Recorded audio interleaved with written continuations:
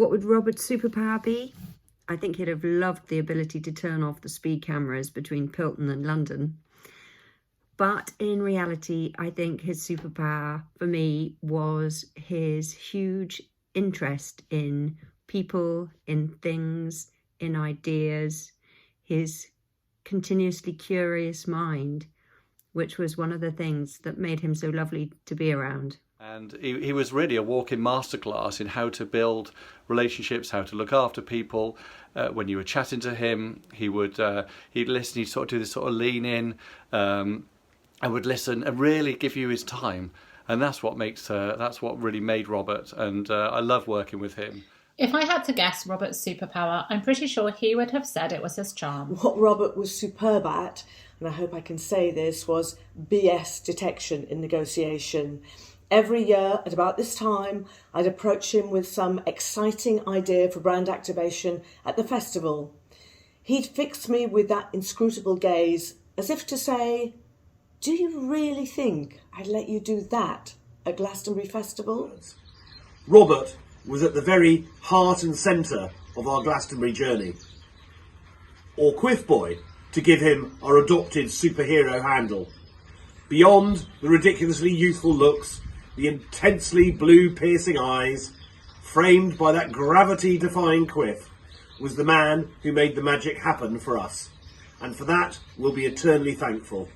So on behalf of the Yo Valley family and the millions of humans around the world who have been touched by the Glastonbury magic, Robert, we salute you and thank you.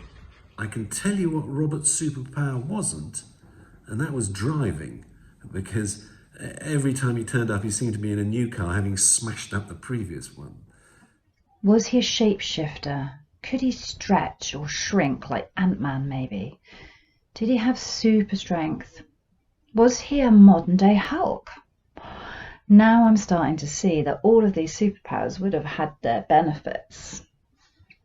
Invisibility. I bet he would have loved that. So for me, the answer to this came instantly. It would have to be Robert's impeccable sense of style. Robert was always the best dressed man in every room, no matter who else was in that room. He always just looked impeccably turned out, just great, amazingly put together outfits. And I think he's probably the only man I know of any age who has definitely a better sunglasses collection than I do, and quite possibly a better collection of bags as well. The man was just always amazingly turned out. He always looked incredible, and I think Robert would appreciate being remembered for that. But his real superpower to me was his ability to negotiation. If you think about it, here in Pilton, we're blessed with this amazing event, and around that amazing event are loads of individual landowners and individual off-site camping facilities, of which I am one of them. And Robert would answer all of our demands and questions, and he'd do that throughout the entire year. And then we would arrive at June, the end of June, and somehow we'd all be happy, Emily and Michael would be happy, the festival in general would be happy, and more importantly, all our clients would be happy, and a great event would have been had by all. And that is largely due to Robert being able to cope with all of us lot living on the outside, looking inside, and his ability to negotiate. I've been asked for Robert's superpower, and obviously he had loads of them. It's tempting to say it's his powers of diplomacy, his ability to solve any puzzle, but I'm not going to go for those. I'm going to go for what I think really is his superpower, which is his hair. And I know you're probably looking at me and think, well, you're bound to say that. But I know people with hair that said that too. The guy had super hair. But I think that his superpower was empathy. I'd say it was empathy. He was just the most incredibly kind person. He was always really interested in people and how they were and what they were doing. And he could really see where people were coming from. So I think that helped him deal with those really difficult conversations and situations.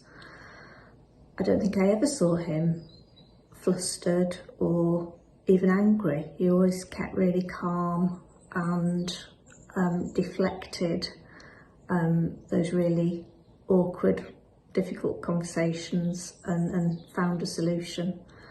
But Robert knew how to connect and relate with people for the purpose of inspiring and empowering not only his, but also the lives of those around him. So thank you, Robert. It was an honour. Robert had many great superpowers, but for me, the greatest was in how happy he made Anne-Marie. I've never known anyone to light up her life like Robert did, and I know Robert would pay similar tribute to Anne-Marie as they lit up each other's worlds. They shared so much in common and did so much, despite it just being a short time. Robert loved life, it's so true. He lived by a great set of values: kindness, generosity, wisdom and fun. He was impeccably stylish and could make a great cocktail anytime, day or night. Robert, we miss you so much already.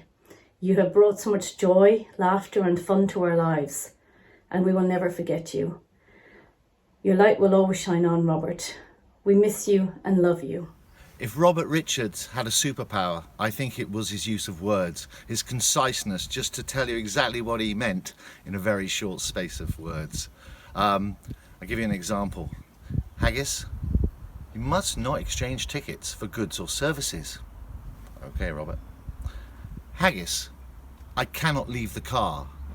When I found him at 1 o'clock in the morning on Circus Road with a Z steward splayed on the bonnet of his big black 4x4 while he was trying to drive down to the Free Press, a 50-yard journey. I knew what he meant by I cannot leave the car.